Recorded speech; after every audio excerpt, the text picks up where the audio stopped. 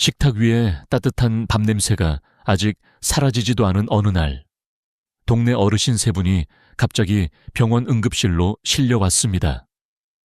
같은 공원에서 아침마다 만나던 분들이었고, 늘 건강하게 산책을 즐기던 모습이 눈에 선했는데, 불과 몇 시간 만에 그렇게 위태로운 모습으로 들어오신 겁니다. 그중 한 분은 다시는 일어나지 못했습니다. 남은 두 분은 간신히 목숨을 건졌지만, 그날 이후로는 예전처럼 걷지도 웃지도 못하게 되셨습니다. 이 충격적인 사건은 단순히 의학적인 문제가 아니었습니다. 그저 밥을 먹고 난 뒤에 했던 아주 평범한 습관 하나가 생사를 가르는 결과를 만든 것이었습니다. 저는 내과 의사로서 50년 넘게 수많은 환자들을 만나왔습니다. 의대 교과서에서도 배우지 못했던 진실, 바로 건강은 작은 습관에서 시작된다는 사실을 수없이 확인했습니다. 특히 나이가 들수록 일상의 사소한 행동 하나가 엄청난 결과를 불러올 수 있습니다.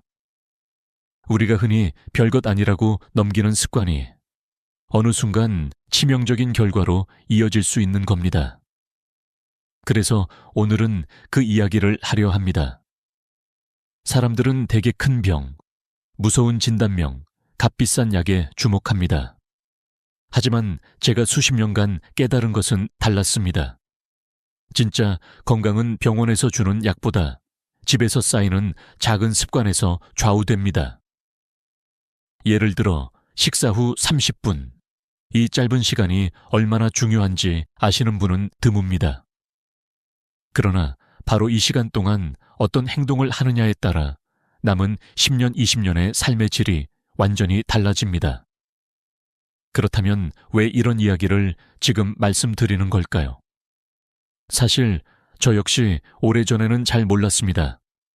제 환자들 중에도 밥 먹고 바로 눕거나 설거지를 서두르거나 약을 급하게 삼키던 분들이 많았습니다. 그분들은 대부분 편하니까, 습관이니까 라고 생각했죠. 그러나 그 결과는 편리함과 거리가 멀었습니다. 어떤 분은 소화불량이 반복되어 병원 문턱을 달고 살았고, 어떤 분은 심장에 무리가 와서 더는 일상생활을 유지하지 못했습니다. 한 번은 79세 김순자 할머니라는 분이 계셨습니다. 늘 건강하다고 자부하시던 분이었는데 밥만 먹으면 소파에 기대 TV를 보곤 하셨습니다. 편하니까요 하고 웃으셨죠. 그런데 그 습관 때문에 어느 날 갑자기 가슴을 부여잡고 쓰러지셨습니다. 다행히 심근경색은 아니었지만 위산 역류가 심장을 압박하면서 마치 심장마비처럼 보이는 증상을 일으켰습니다. 이후로도 속쓰림과 기침으로 고생하시면서야 비로소 깨닫게 되셨습니다. 이렇게 말씀드리면 많은 분들이 깜짝 놀라십니다. 아니, 겨우 밥 먹고 눕는 게 그렇게 큰일인가요? 하고요. 그렇습니다. 젊을 때는 큰 문제가 되지 않을 수도 있습니다. 그러나 60세, 70세, 80세가 넘어가면 몸은 예전 같지 않습니다. 혈액순환도, 장기의 탄력도, 소화 능력도 모두 달라집니다. 작은 실수가 치명적 결과를 불러오기 쉬운 이유입니다. 그날 응급실에 들어온 세 분도 그렇습니다. 모두 평소에는 건강한 편이셨습니다. 병원에 자주 오지도 않으셨고, 특별히 큰 병이 있는 것도 아니었습니다. 그런데 단 한 번, 밥 먹고 난 뒤의 습관 하나가 인생을 송두리째 바꿔놓았습니다. 그날 저는 깊이 깨달았습니다. 이건 단순한 의학 지식이 아니라 모든 어르신들에게 꼭 알려야 할 생명의 메시지다. 여기서 중요한 것은 공포심을 주려는 게 아닙니다. 오히려 희망을 드리려는 겁니다. 왜냐하면 이 문제는 아주 간단한 방법으로 예방할 수 있기 때문입니다. 복잡한 약도 값비싼 치료도 필요 없습니다. 단지 식사 후 30분, 그 시간을 어떻게 보내느냐만 달라지면 됩니다. 저는 수천 명의 환자에게 이 조언을 드렸고, 그 결과 정말 많은 분들이 병원 약을 줄이고 건강을 되찾으셨습니다. 여러분, 인생에서 가장 아까운 후회는 그때 알았더라면입니다. 저 역시 수많은 환자들을 떠나보내며 그런 후회를 가슴에 안고 살아왔습니다. 그래서 오늘만큼은 확실하게 말씀드리고 싶습니다. 식사 후 30분. 이 시간이 약보다 강력한 보약입니다. 그 30분을 어떻게 쓰느냐가 여러분의 건강을 결정합니다. 앞으로 이어질 이야기는 단순한 상식이 아닙니다. 오랜 임상 경험, 실제 환자들의 삶, 그리고 과학적인 연구들이 모두 하나로 모여 만들어낸 결과입니다. 이 이야기를 끝까지 들으신다면 남은 삶이 훨씬 가볍고 훨씬 자유로워질 수 있습니다. 지금부터 우리가 너무나 당연하게 여기던 습관들의 실체를 하나하나 파헤쳐 보겠습니다. 그리고 그 속에서 어떻게 하면 오래도록 건강하게 살 수 있을지 함께 찾아가겠습니다. 이 영상은 어쩌면 당신의 남은 20년을 완전히 바꿀 수 있습니다. 지금 듣는 이 순간이 평생 기억될 작은 전환점이 될지도 모릅니다. 그러니 제발 끝까지 집중해서 들어주세요.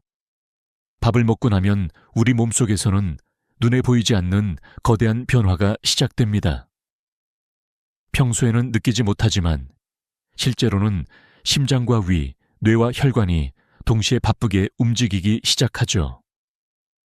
많은 분들이 배부르면 그냥 쉬면 되는 것 아닌가 하고 단순하게 생각하시지만 의학적으로는 이 시간이야말로 가장 불안정하고 위험한 순간이 될 수 있습니다. 우선 혈액의 흐름을 살펴봅시다. 음식을 삼키는 순간 우리 몸은 소화를 위해 막대한 양의 혈액을 위장으로 보냅니다. 보통 전체 혈액량의 4분의 1 이상이 위장으로 몰리는데 이건 엄청난 수치입니다. 그 결과로 심장과 뇌로 가는 혈액 공급이 일시적으로 줄어듭니다. 젊을 때는 몸이 이를 금세 보완해주지만 나이가 들면 이야기가 달라집니다. 혈관의 탄력이 떨어지고 심장의 펌프 기능이 약해지면서 작은 변화에도 뇌와 심장이 부담을 느끼게 되는 겁니다.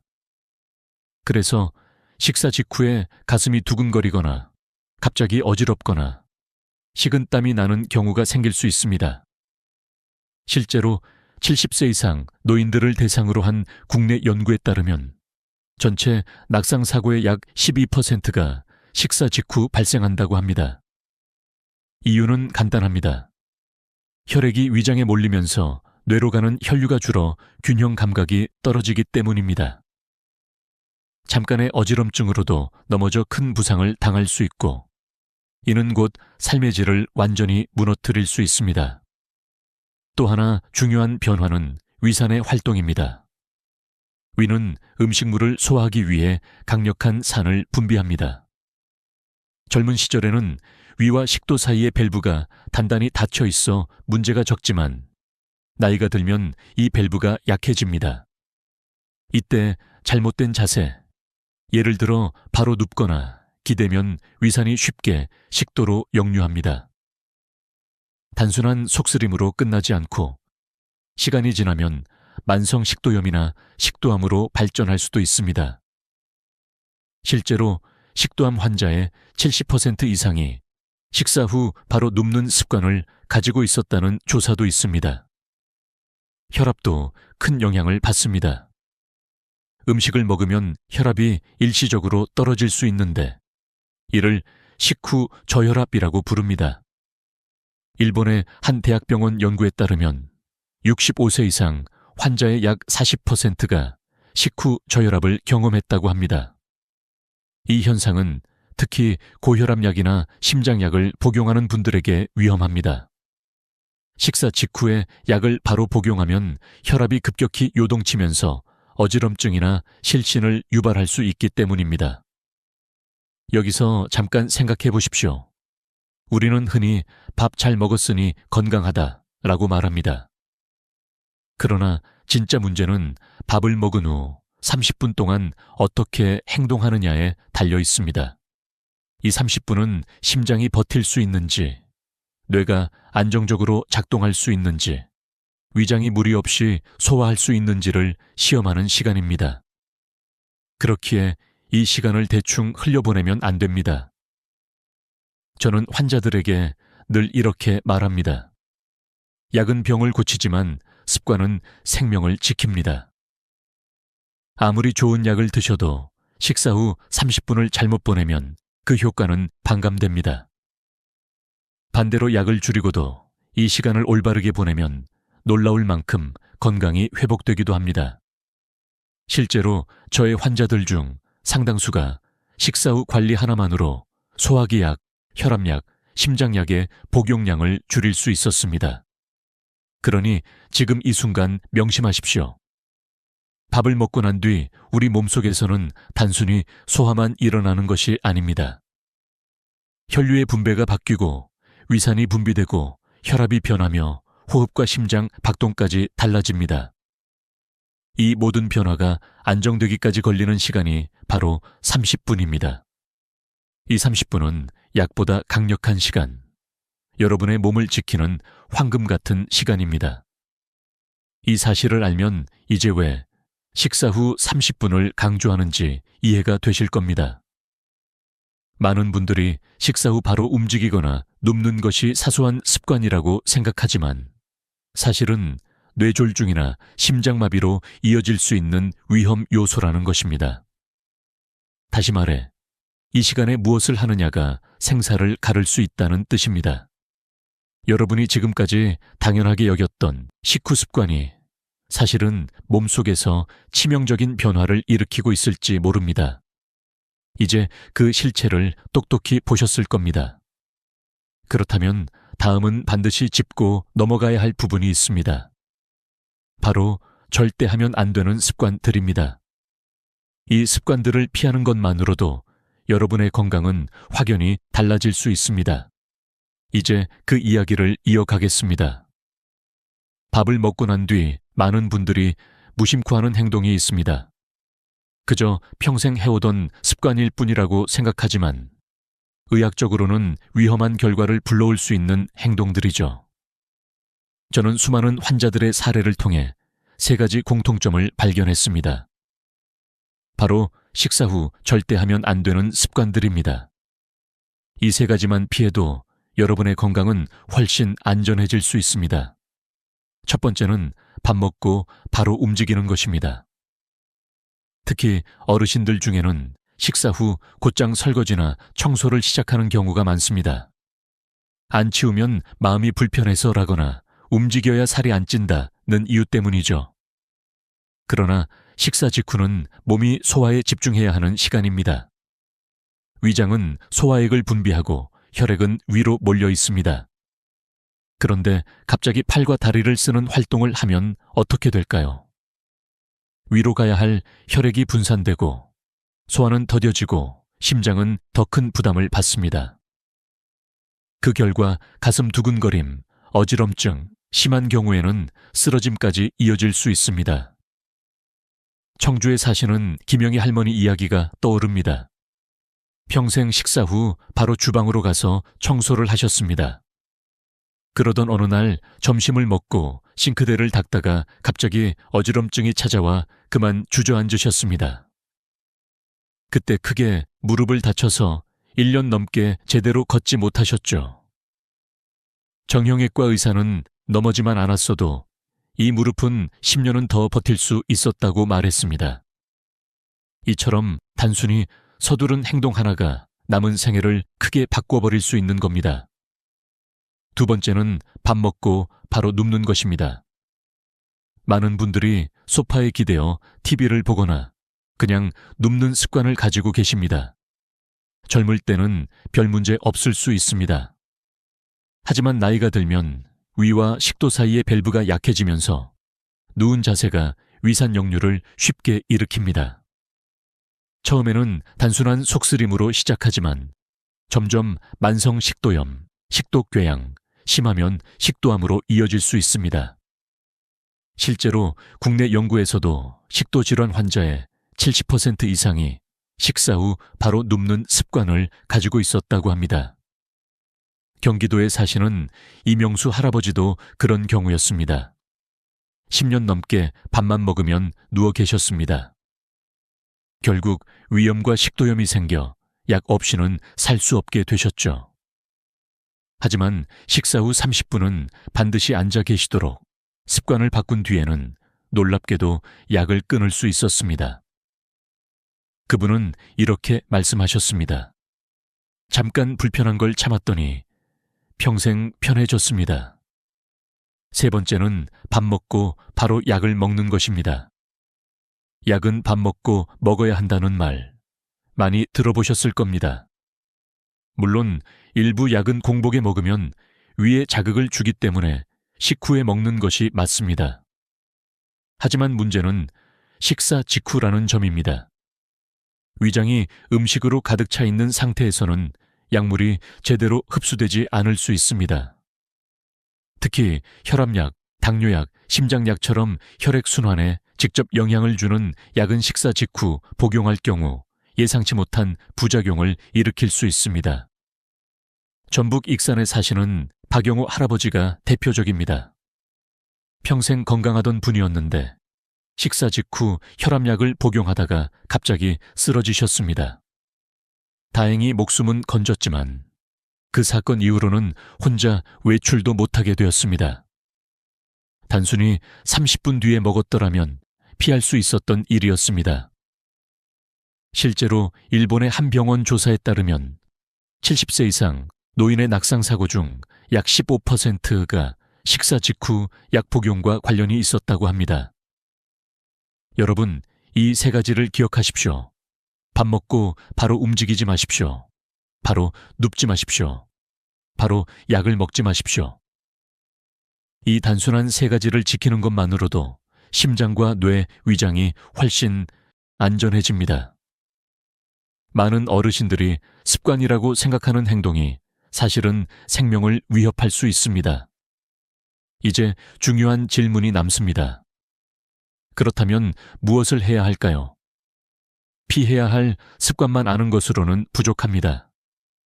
반대로 몸을 지켜주는 좋은 습관을 익히는 것도 필요합니다. 다음에서는 작은 행동이 어떻게 큰 건강을 지켜주는지 그 놀라운 힘에 대해 말씀드리겠습니다. 우리가 피해야 할 습관을 알았다면 이제는 반대로 몸을 지켜주는 습관을 알아야 합니다.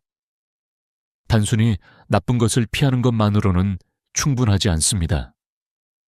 반드시 좋은 것을 더해야 진짜 건강을 유지할 수 있습니다.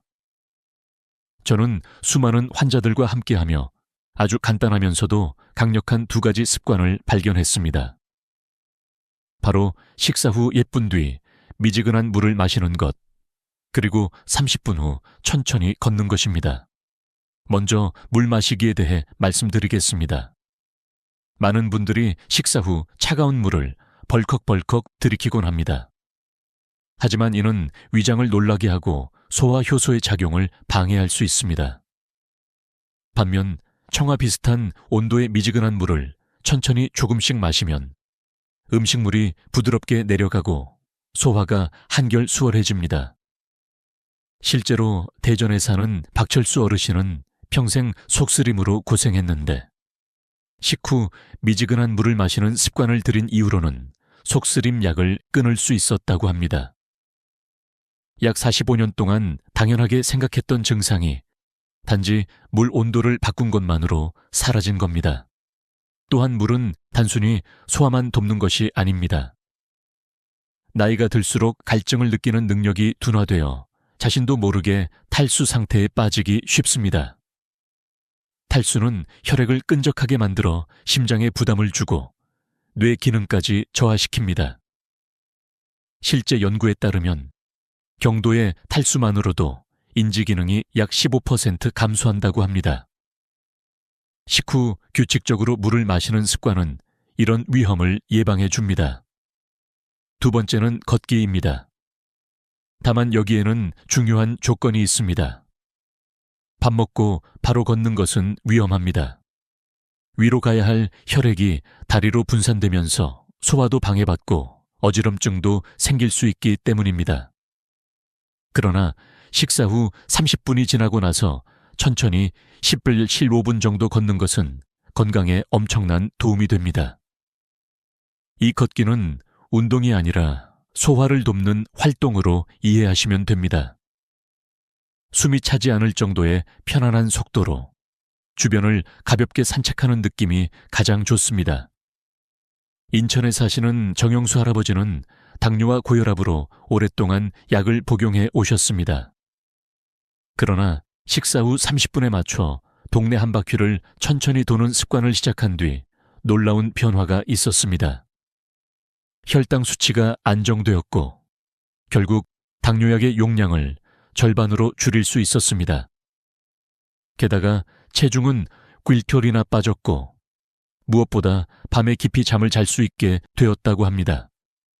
그는 이렇게 말했습니다. 이젠 밥 먹고 걷지 않으면 뭔가 빠진 것 같아요. 오히려 안 하면 불안합니다. 걷기의 장점은 여기서 그치지 않습니다. 가벼운 산책은 혈액순환을 개선해 심혈관 질환 예방에도 도움이 되고 혈당 변화를 완화해 당뇨 합병증을 줄여줍니다. 또한 햇빛을 받으며 걷는다면 비타민 D 합성에도 도움이 되어 뼈 건강까지 챙길 수 있습니다. 만약 날씨가 너무 덥거나 추워서 외출이 어렵다면 실내에서 천천히 움직이는 것도 충분히 효과가 있습니다.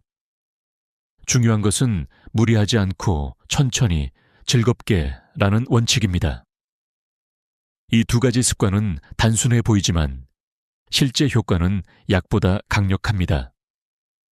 서울의 한 대학병원 연구에서도 식사 후 30분 관리 습관을 꾸준히 지킨 95세 이상 어르신들이 그렇지 않은 그룹에 비해 소화기 질환 발생률이 47% 낮았다고 보고했습니다. 이는 단순한 통계가 아니라 실제 삶의 질과 직결된 결과입니다. 제가 강조하고 싶은 것은 건강은 거창한 것이 아니라는 점입니다. 누군가는 값비싼 보약을 찾고 누군가는 어려운 운동법을 찾지만 정작 건강을 지키는 것은 이렇게 작은 습관입니다. 미지근한 물 한 잔, 30분 뒤 가벼운 걷기. 이 단순한 행동이 남은 인생을 지탱해줄 든든한 기둥이 될 수 있습니다. 그러나 아직 이야기는 끝나지 않았습니다. 단순한 조언만으로는 충분하지 않습니다. 실제로 이런 습관을 통해 삶이 완전히 달라진 분들의 이야기를 들어보아야 우리는 진심으로 마음을 움직일 수 있습니다. 다음에서는 실제 어르신들의 변화를 담은 생생한 이야기를 들려드리겠습니다. 습관 하나가 인생을 바꿀 수 있다는 말, 너무 단순하게 들릴지도 모릅니다. 그러나 실제로 저는 수많은 환자들을 보면서 그 사실이 진실임을 확인했습니다. 여기 삶의 전환점을 맞이한 어르신들의 이야기를 들려드리겠습니다. 서울 강동구에 사는 74세 박정희 할머니는 평생을 부지런하게 살아오신 분이었습니다. 밥만 먹으면 바로 부엌으로 가서 설거지를 하고 바닥을 닦는 게 당연한 일상이었죠. 하지만 몇 해 전 점심을 먹고 바닥 청소를 하다가 갑자기 눈앞이 핑 돌면서 쓰러지셨습니다. 그때 다리뼈가 부러져 한동안 병원에 누워 계셨죠. 재활치료는 오래 걸렸고 다시 걷는 데까지 몇 년이 걸렸습니다. 이후로는 활동이 위축되어 우울증까지 찾아왔습니다. 하지만 제가 식사 후 30분만은 꼭 앉아서 쉬어야 한다는 조언을 드린 뒤 할머니는 모든 일을 30분 뒤로 미루는 습관을 들이셨습니다. 그 후로는 쓰러지는 일도 극심한 어지럼증도 사라졌습니다. 할머니는 이렇게 말씀하셨습니다. 젊어서 깨달았다면 더 좋았겠지만 지금이라도 알게 된 게 정말 다행이에요. 또 다른 사례는 부산 해운대에 사는 80세 이성호 어르신입니다. 늘 식후에 소파에 누워 텔레비전을 보곤 하셨습니다. 그게 하루의 낙이라고 말씀하시곤 했죠. 하지만 어느 날 위산 역류가 심해져 응급실에 실려 오셨습니다. 검사 결과 식도염이 심각했고 더 이상 같은 습관을 이어가면 식도암 위험까지 있다는 판정을 받으셨습니다. 충격을 받은 이 어르신은 습관을 고치기로 결심했습니다. 식사 후에는 바른 자세로 앉아 신문을 읽거나 손주와 통화를 하면서 시간을 보내기 시작했습니다. 단 30분, 자세만 바꿨을 뿐인데 증상은 점차 완화되었고 결국 위장약도 줄일 수 있었습니다. 그분은 이렇게 회상했습니다. 처음엔 불편했는데 지금은 이 시간이 오히려 마음의 여유가 되는 것 같아요. 인천 남동구에 사는 76세 정재호 어르신은 오랫동안 당뇨약과 혈압약을 복용해 왔습니다. 늘 식사 직후에 약을 삼키곤 했죠. 하지만 자꾸 어지럼증이 찾아와 몇 번이나 길에서 쓰러질 뻔하셨습니다. 제가 식사 후 최소 30분 뒤에 약을 복용하라고 말씀드린 이후 어르신의 생활은 크게 달라졌습니다. 약효가 안정적으로 나타났고 낙상 위험도 줄어들었습니다. 무엇보다 약을 제대로 활용할 수 있게 된 겁니다. 정 어르신은 이렇게 말했습니다. 나는 늘 약에 의지해야만 한다고 생각했는데 결국 중요한 건 시간을 지키는 거였네요. 이런 이야기를 들을 때마다 저는 다시 한번 깨닫습니다. 우리가 알지 못했던 작은 습관이 삶을 무너뜨릴 수도 되살릴 수도 있다는 사실을요. 그리고 그 차이는 거창한 노력이 아니라 단지 30분의 관리에 있습니다. 실제로 국내 한 연구에서 95세 이상 노인을 대상으로 실험한 결과가 있습니다. 한 그룹은 식사 후 바로 눕거나 활동을 했고 다른 그룹은 30분을 앉아서 보내거나 천천히 걸었습니다. 1년 후 결과는 놀라웠습니다. 두 번째 그룹의 소화기 질환 발생률은 47% 낮았고 낙상 사고도 절반 이하로 줄었습니다. 연구진은 식후 30분 관리가 약물 치료 이상으로 중요한 예방책이라고 결론을 내렸습니다. 저는 이런 결과를 볼 때마다 마음이 벅차오릅니다. 왜냐하면 수십 년간 수많은 환자들을 떠나보내며 했던 후회가 바로 이런 습관 하나로 충분히 막을 수 있었다는 걸 알았기 때문입니다. 그래서 지금은 더 많은 분들께 이 사실을 알리려고 합니다. 단지 정보를 전달하는 것이 아니라 삶을 지켜내는 메시지로요. 여러분도 한번 떠올려 보시기 바랍니다. 지금 이 순간에도 식사 후 바로 설거지를 하거나 눕거나 약을 삼키고 계신 분들이 주변에 있지 않습니까? 아마 가족 중에도 있을 겁니다. 그분들에게 이 이야기를 꼭 전해주세요. 단 한 번의 관심이 누군가의 남은 생애를 지켜줄 수 있습니다. 이제 우리는 분명히 알게 되었습니다. 작은 습관 하나가 건강을 무너뜨리기도 하고 다시 세우기도 한다는 것을요. 그렇다면 마지막으로 남은 질문은 이것입니다. 오늘부터 우리는 무엇을 선택할 것인가? 다음은 그에 대한 답을 드리겠습니다. 지금까지 우리는 식사 후 작은 습관들이 얼마나 큰 차이를 만드는지 살펴보았습니다. 이제 마지막으로 가장 중요한 질문을 던져야 합니다. 오늘부터 우리는 어떤 선택을 할 것인가 하는 겁니다. 여러분, 건강은 먼 미래에 찾아오는 결과가 아니라 매일매일 쌓이는 작은 선택들의 합입니다.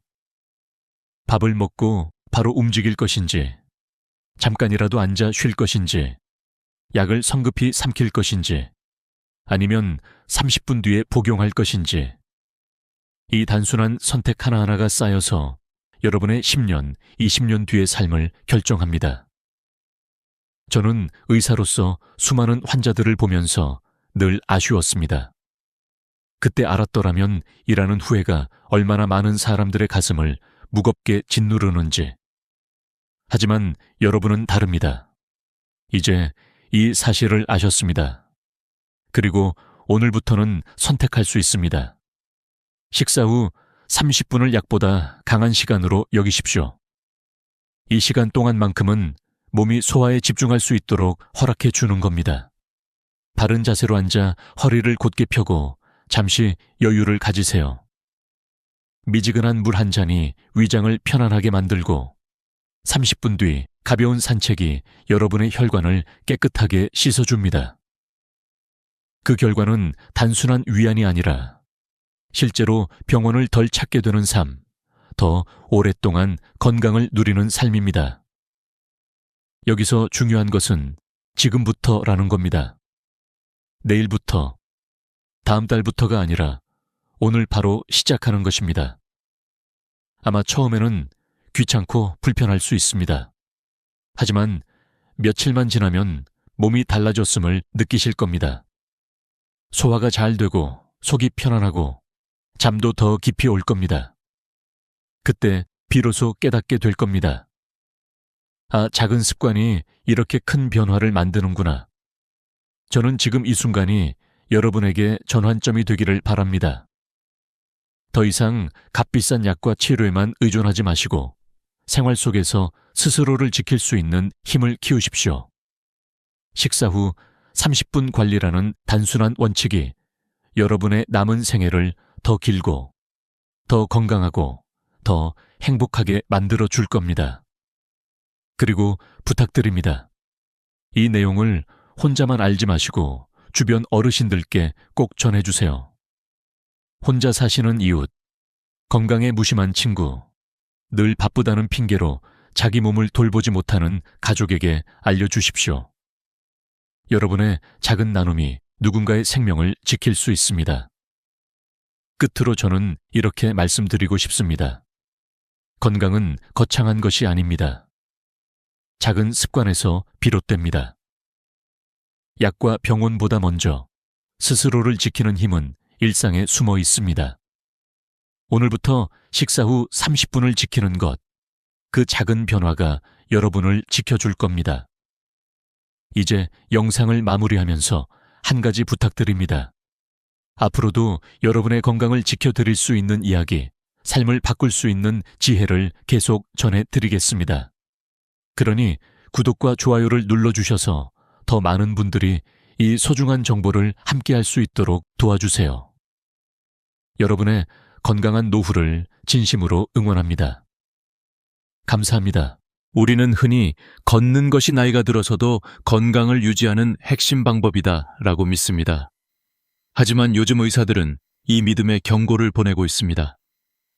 걷기는 확실히 활동적인 삶을 유지하는 좋은 방법이지만 그것만으로는 건강을 지키기에 충분하지 않다는 것입니다. 나이가 들수록 우리는 다양한 형태의 운동이 필요합니다. 만약 걷기만으로 운동을 대체한다면 그것이 오히려 노화를 촉진시키고 신체에 부담을 줄 수 있다는 점을 간과할 수 있습니다. 왜 걷기만으로는 충분하지 않은가? 70대 이후에 걷기만으로는 여러 가지 신체적인 요구를 충족시키기 어려운 이유는 간단합니다. 걷기는 주로 하체 근육을 사용하는 운동입니다. 하지만 나이가 들수록 우리가 필요로 하는 것은 근육을 단련하고 균형을 유지하며 관절을 보호하는 다양한 형태의 운동입니다. 걷기는 우리 몸에 전반적인 저항 운동을 제공하지 않으며 특히 상체나 코어를 강화하는 데는 한계가 있습니다. 나이가 들면서 근육량이 줄어들고 이는 종종 일상적인 활동에서 어려움을 겪게 만듭니다. 예를 들어 무거운 장을 드는 일이나 일어설 때 힘이 들어가는 경험을 많이 하게 됩니다. 이는 근육이 점차 약해지고 있다는 신호입니다. 걷기만으로 생길 수 있는 문제들, 걷기만으로 운동을 해결하려 하면 근육량 감소와 관절의 압박이 가속화될 수 있습니다. 왜냐하면 걷기는 반복적인 동작을 필요로 하기 때문에 특정 부위의 관절에만 부담을 주게 되고 다른 부위의 운동은 부족할 수 있습니다. 예를 들어 다리나 무릎, 발목에 지속적인 압박을 가하게 되어 시간이 지나면서 관절 통증이나 퇴행성 관절염이 발생할 위험이 커집니다. 또한 걷기는 균형을 맞추는데 중요한 소근육들을 충분히 단련하지 못합니다. 이는 넘어지거나 사고를 당할 위험을 높이는 요소가 될 수 있습니다. 나이가 들면서 필요한 운동은 무엇인가? 걷기는 유산소 운동으로 매우 좋지만 이를 보완할 수 있는 운동들이 필요합니다. 예를 들어 근력 훈련이나 균형 운동, 유연성 운동 등이 그것입니다. 이 모든 운동은 걷기와는 다른 방식으로 신체에 다양한 자극을 주어 건강을 유지하고 나이가 들면서 발생할 수 있는 신체적 문제를 예방하는 데 도움이 됩니다. 근력 훈련의 중요성 나이가 들수록 근육량을 유지하는 것이 무엇보다 중요합니다. 근육이 줄어들면 균형을 잡기 어렵고 일상적인 활동에서도 더 많은 어려움을 겪게 됩니다. 근력 훈련은 근육량을 유지하고 몸을 더 강하게 만들어주며 넘어지거나 다치는 위험을 크게 줄여줍니다. 특히 걷기만으로는 하체 근육만 사용하기 때문에 상체와 코어 근육을 강화하는 운동이 반드시 필요합니다. 예를 들어 가벼운 덤벨을 들어 올리거나 저항 밴드를 이용한 운동, 스쿼트와 같은 운동들이 코어와 상체 근육을 강화하는 데 매우 유효합니다.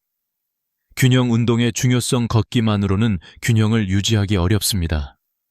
나이가 들면 자연스럽게 균형 감각이 떨어지는데 이는 넘어지거나 다치는 큰 원인이 될 수 있습니다.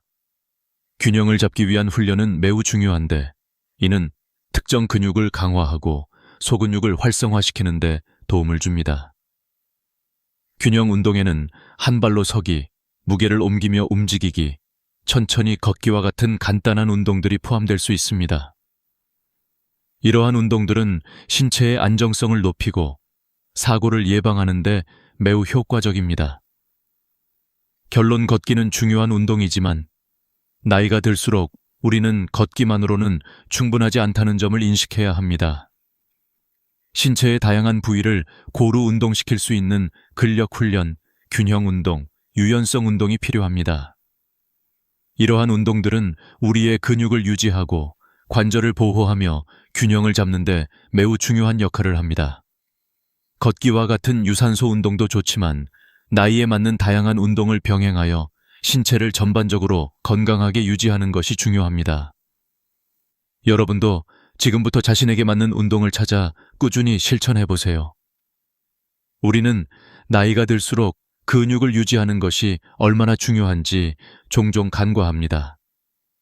하지만 사실 근육량을 유지하는 것은 건강하고 독립적인 생활을 영위하는 데 있어 핵심적인 요소입니다. 많은 사람들이 걷기만 하면 충분히 건강을 유지할 수 있다고 생각하지만 사실 걷기만으로는 근육을 효과적으로 유지할 수 없습니다. 나이가 들수록 우리 몸은 자연스럽게 근육을 잃기 시작하며 이를 사르코페니아, 살코페니아라고 부릅니다. 사르코페니아는 근육량이 점차적으로 감소하는 상태로 이는 신체 기능을 저하시킬 뿐만 아니라 낙상이나 부상의 위험을 높이는 주요 원인 중 하나입니다. 근력 훈련의 중요성 걷기는 주로 하체 근육을 사용하는 유산소 운동입니다. 물론 하체 근육을 강화하는 데 도움을 줄 수 있지만 걷기만으로는 상체와 코어를 충분히 강화할 수 없습니다. 상체와 코어 근육을 강화하지 않으면 일상적인 활동에서 어려움을 겪을 수 있습니다. 예를 들어 물건을 들거나 의자에서 일어설 때 손을 대지 않고 혼자서 할 수 있는 능력은 강한 근육을 의미합니다. 그러나 시간이 지나면서 근육이 약해지면 이러한 간단한 활동도 힘겹게 느껴질 수 있습니다. 따라서 나이가 들면서 근력 훈련을 하는 것이 필수적입니다. 근력 훈련은 단순히 근육을 키우는 것 이상의 효과를 가집니다. 근육을 유지하면 균형을 개선하고 낙상의 위험을 줄이며 관절에 가해지는 부담을 덜어줍니다. 또한 근력 훈련은 골밀도를 증가시켜 골다공증 예방에도 중요한 역할을 합니다. 특히 몸을 지탱하는 코어 근육을 강화하면 일상에서 더 안정적이고 강한 체력을 유지할 수 있습니다. 근력 훈련을 시작하는 방법. 근력 훈련은 헬스장에서 무거운 웨이트를 드는 것처럼 복잡하지 않습니다. 사실 처음 시작할 때는 가벼운 덤벨, 저항밴드, 체중을 이용한 운동으로도 충분히 효과를 볼 수 있습니다. 예를 들어 스쿼트, 팔굽혀 펴기, 저항밴드를 이용한 운동은 집에서도 쉽게 할 수 있는 운동입니다. 중요한 점은 점진적으로 운동의 강도를 높여가며 근육에 적절한 자극을 주는 것입니다. 이러한 운동을 통해 근육을 꾸준히 단련하면 시간과 함께 체력이 향상되고 전반적인 건강도 좋아질 것입니다. 실제 사례로 보는 근력 훈련의 효과. 예를 들어 74세의 로버트 씨는 매일 걷기를 꾸준히 해왔지만 어느 날 예전처럼 가벼운 박스를 들 수 없다는 것을 깨달았습니다. 또한 소파에서 일어날 때도 힘이 들어가더군요. 처음에는 나이가 들어서 그런 것이라고 생각했지만 의사는 근육 손실을 빠르게 예방하기 위해 근력 훈련이 필요하다고 설명했습니다. 로버트 씨는 간단한 덤벨 운동과 저항밴드를 이용한 훈련을 추가하기 시작했으며 몇 달 만에 놀라운 변화를 경험했습니다. 그는 더 강하고 안정감이 느껴졌으며 전반적인 체력과 에너지가 크게 향상되었습니다. 이와 같은 변화는 많은 사람들에게 일어날 수 있습니다. 사실 근력 훈련은 나이가 많다고 해서 시작할 수 없는 것이 아닙니다. 나이에 관계없이 근육을 단련하고 강화할 수 있는 방법은 충분히 존재하며 이는 전반적인 건강에 큰 영향을 미칩니다. 근력 훈련의 이점 근력 훈련은 근육을 강화하는 것 외에도 다양한 장점이 있습니다. 우선 근육량이 많을수록 신체는 더 많은 칼로리를 소모하게 되어 체중 관리가 용이해집니다. 또한 강한 근육은 관절에 가해지는 부담을 덜어주고 운동을 더 안전하게 할 수 있게 도와줍니다. 더 나아가 연구에 따르면 근육량을 유지하는 것이 뇌 건강에 긍정적인 영향을 미친다고 합니다. 근육을 강화하면 뇌의 혈액순환이 개선되어 인지 능력에도 도움이 될 수 있다는 것입니다. 따라서 나이가 들어서도 근력 훈련을 통해 건강을 유지하는 것은 단순히 신체적인 강화를 넘어서 정신적으로도 큰 이점을 가져다 줍니다. 결론 걷기만으로는 충분하지 않다는 사실을 이해하는 것이 중요합니다. 나이가 들수록 특히 70대 이후에는 근육을 강화하는 훈련이 필수적입니다. 근육을 유지하고 강하게 만드는 것은 신체의 다양한 기능을 개선하고 독립적인 생활을 지속할 수 있게 도와줍니다. 걷기를 넘어서서 근력 훈련을 시작한다면 더 강하고 건강한 삶을 오래도록 즐길 수 있을 것입니다. 걷기는 많은 사람들이 쉽게 할 수 있는 유산소 운동으로 건강을 유지하는 데 효과적입니다. 하지만 걷기만으로는 균형을 향상시키거나 유지하기 어렵습니다. 균형 감각은 나이가 들면서 자연스럽게 약해지는데 이는 불행히도 낙상사고로 이어질 수 있습니다. 낙상은 고령자의 주요 부상 원인 중 하나이며 그 결과 회복에 오랜 시간이 걸릴 수 있습니다. 균형 훈련은 이러한 위험을 줄이는데 매우 중요합니다. 특히 나이가 들수록 우리는 균형을 맞추는 능력이 떨어지고 그로 인해 일상적인 동작이 어려워질 수 있습니다. 균형 훈련의 중요성 사람들은 종종 걷기는 균형을 잘 잡아주는 운동이다 라고 생각하지만 실제로 걷기는 균형을 유지하는 데 필요한 모든 근육을 훈련시키지 않습니다. 걷는 동안 우리는 다리와 허벅지 근육을 사용하지만 발목과 발, 코어의 작은 스타빌라이저 근육들은 충분히 자극되지 않습니다. 나이가 들수록 이러한 소근육들이 약해져 균형을 맞추는데 어려움을 겪게 됩니다. 걷기만으로는 이들을 강화할 수 없으므로 균형 훈련이 반드시 필요합니다. 균형 훈련을 통해 우리는 작은 근육들을 활성화시키고 더 나아가 체내 신경계가 균형을 잡는 데 필요한 신호를 빠르게 전달할 수 있도록 도와줍니다. 결과적으로 나이가 들수록 균형을 유지하고 넘어질 위험을 크게 줄이는 데 중요한 역할을 하게 됩니다. 균형 훈련을 시작하는 방법. 균형 훈련은 특별한 장비나 장소가 필요하지 않습니다. 간단한 운동으로도 충분히 효과를 볼 수 있습니다. 예를 들어 한 발로 서기, 발끝과 발꿈치를 맞추어 걷는 훈련, 균형을 맞추기 위한 천천히 이동하는 연습 등이 있습니다. 이러한 기본적인 균형 운동들은 신체의 중심을 잡아주고 발목과 발의 근육을 강화하는 데 매우 유효합니다. 또한 이를 통해 몸의 각 부분을 의식적으로 조절하면서 안정성을 높일 수 있습니다. 실제 사례로 보는 균형 훈련의 효과. 예를 들어 76세의 에드워드 씨는 평소 매우 활동적이었지만 어느 날 길을 걷다가 발을 잘못 디디면서 균형을 잃고 넘어질 뻔한 상황이 발생했습니다. 그가 발을 잘못 디딘 후 그 순간 자신이 얼마나 불안정한 상태에 있었는지 깨달았고 균형 훈련의 필요성을 실감했습니다. 에드워드 씨는 균형 운동을 시작하면서 한 발로 서는 훈련과 측면으로 체중을 이동하는 운동 등을 꾸준히 해왔습니다. 몇 주 만에 그는 균형이 더 좋아졌고 더 안정된 상태로 걷고 일상생활에서 자신감을 얻었습니다.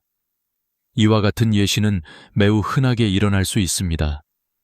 균형 훈련은 나이가 들수록 꼭 필요하며 누구나 쉽게 시작할 수 있는 운동입니다. 작은 변화가 큰 차이를 만들어낼 수 있습니다. 균형 훈련의 이점. 균형 훈련은 단순히 낙상의 위험을 줄이는 것만이 아닙니다. 균형이 좋아지면 자세도 개선되고 몸의 전체적인 안정성이 향상됩니다. 또한 균형 훈련은 몸의 협응력을 높여서 일상적인 활동을 더 쉽게 할 수 있도록 도와줍니다. 예를 들어 균형이 잘 맞는 사람은 길을 걸을 때 넘어질 위험이 적고 팔꿈치나 손목을 쓰지 않고도 쉽게 물건을 들 수 있습니다. 균형은 단순히 넘어지지 않기에 그치지 않고 몸을 보다 효율적으로 움직이고 더 자연스러운 동작을 가능하게 만듭니다. 이러한 이점은 근육 강화와 마찬가지로 전반적인 삶의 질을 향상시킵니다. 더 안정적이고 자신감 있는 움직임은 일상적인 삶을 더 편안하고 즐겁게 만들어줍니다. 결론, 나이가 들면서 균형이 약해지는 것은 자연스러운 현상입니다. 그러나 이를 개선하고 예방할 수 있는 방법은 충분히 존재합니다. 걷기만으로는 부족한 균형 감각을 보완하기 위해 적극적으로 균형 훈련을 시작해야 합니다.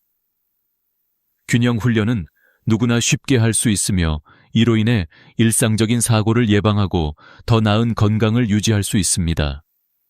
여러분도 지금부터 균형 훈련을 시작해 보세요. 작은 변화를 통해 더욱 안정적인 삶을 살아갈 수 있을 것입니다. 나이가 들면서 우리는 자연스럽게 유연성을 잃기 시작합니다. 유연성의 감소는 일상적인 동작을 수행할 때 불편함을 유발하고 더 나아가 관절에 스트레스를 주어 통증이나 부상의 원인이 될 수 있습니다. 예를 들어 옷을 입거나 무언가를 집으려 할 때 이전처럼 쉽게 움직이지 못한다고 느끼는 경우가 많습니다. 유연성이 떨어지면 이러한 간단한 활동이 어려워지고 그로 인해 신체적인 독립성이 감소하게 됩니다.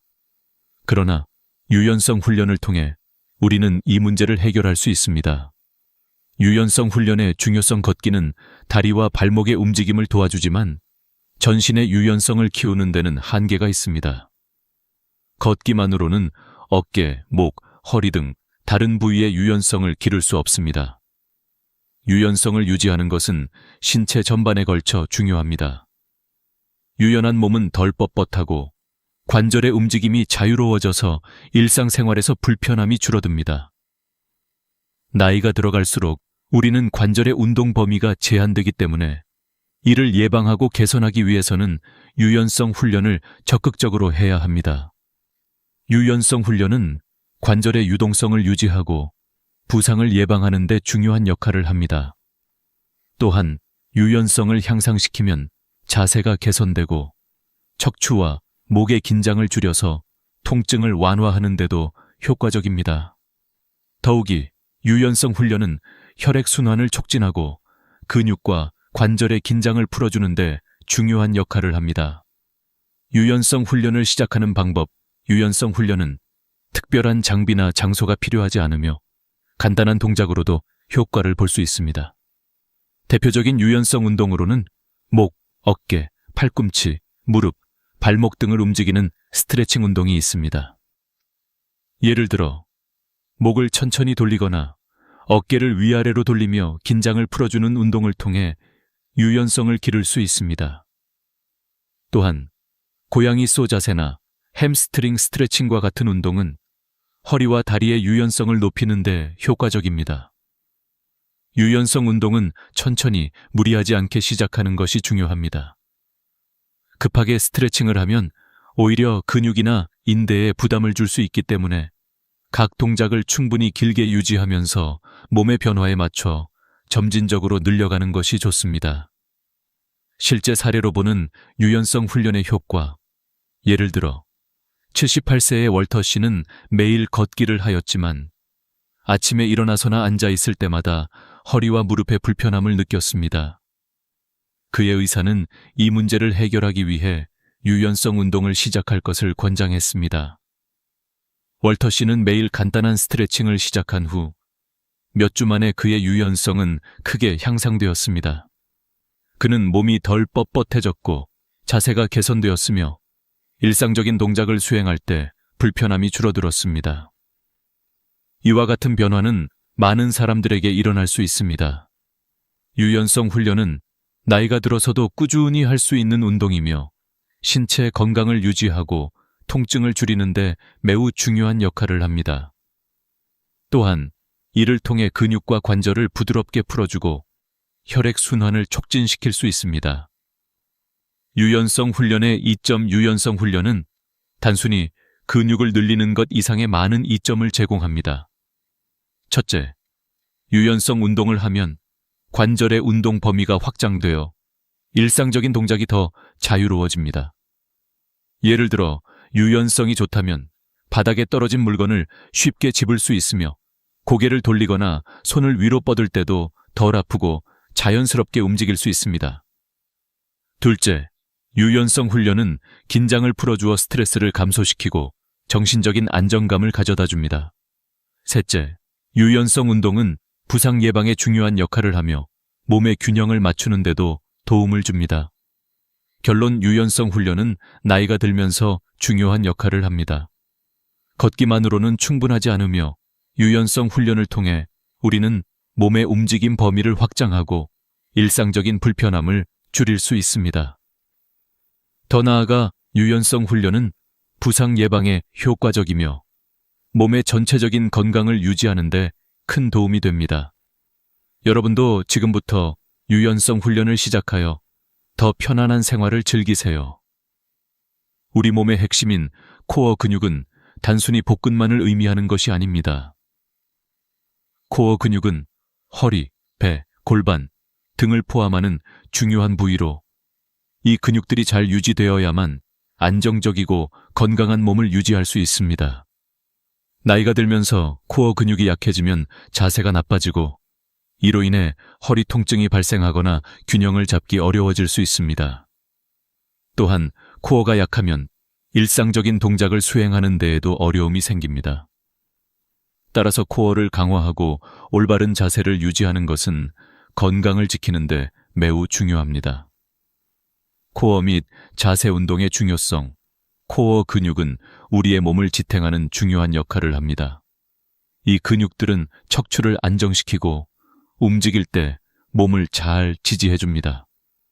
예를 들어 앉거나 서 있을 때, 물건을 들어 올릴 때, 심지어는 걷는 동작에서도 코어 근육이 필요합니다.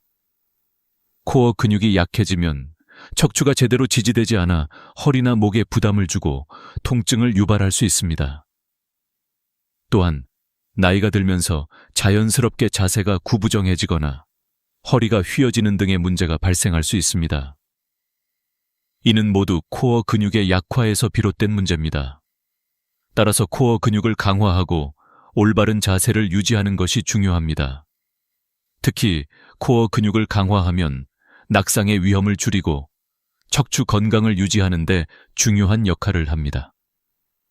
또한 강한 코어는 상체와 하체의 균형을 맞추어주고 운동할 때도 안정성을 높여줍니다. 코어 운동을 시작하는 방법. 코어 운동은 특별한 장비 없이 집에서도 간단하게 시작할 수 있습니다.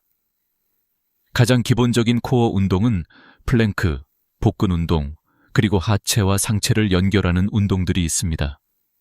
예를 들어 플랭크는 코어를 강화하는 데 매우 효과적인 운동으로 상체와 하체 근육을 모두 활성화시킵니다.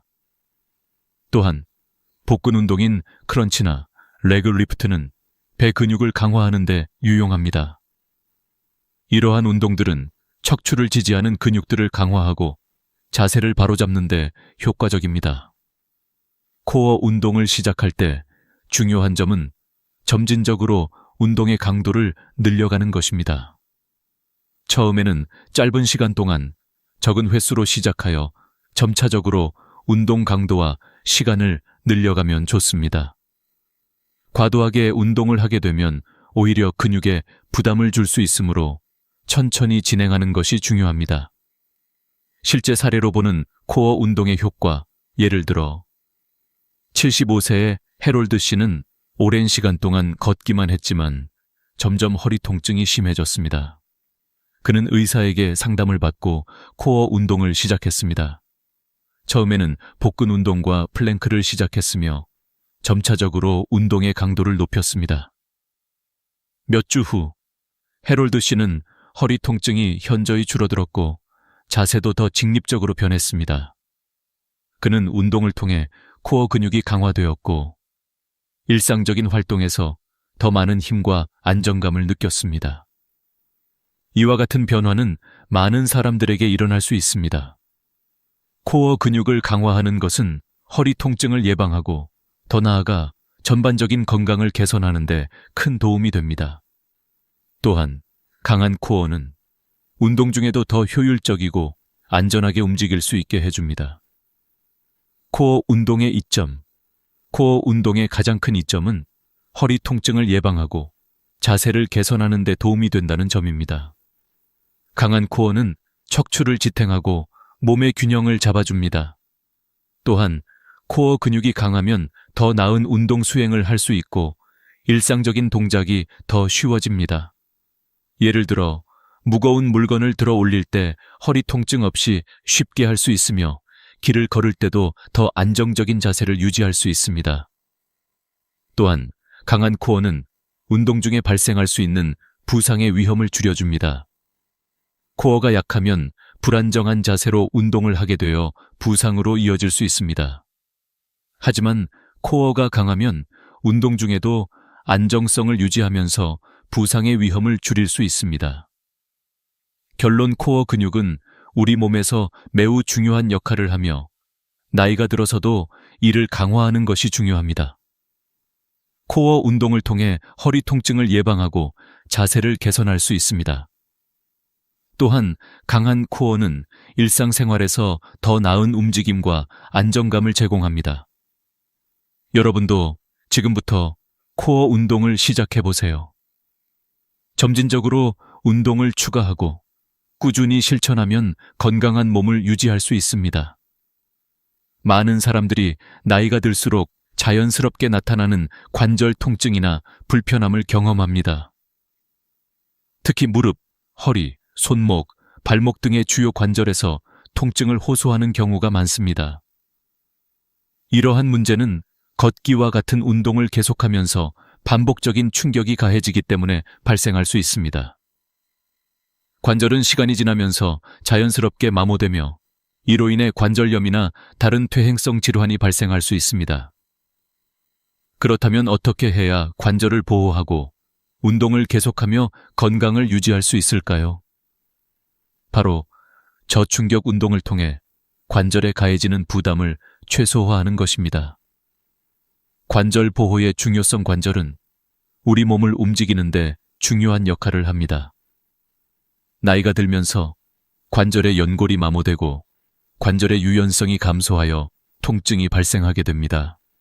이러한 변화를 방치하면 관절염이나 퇴행성 관절 질환이 발생할 수 있습니다.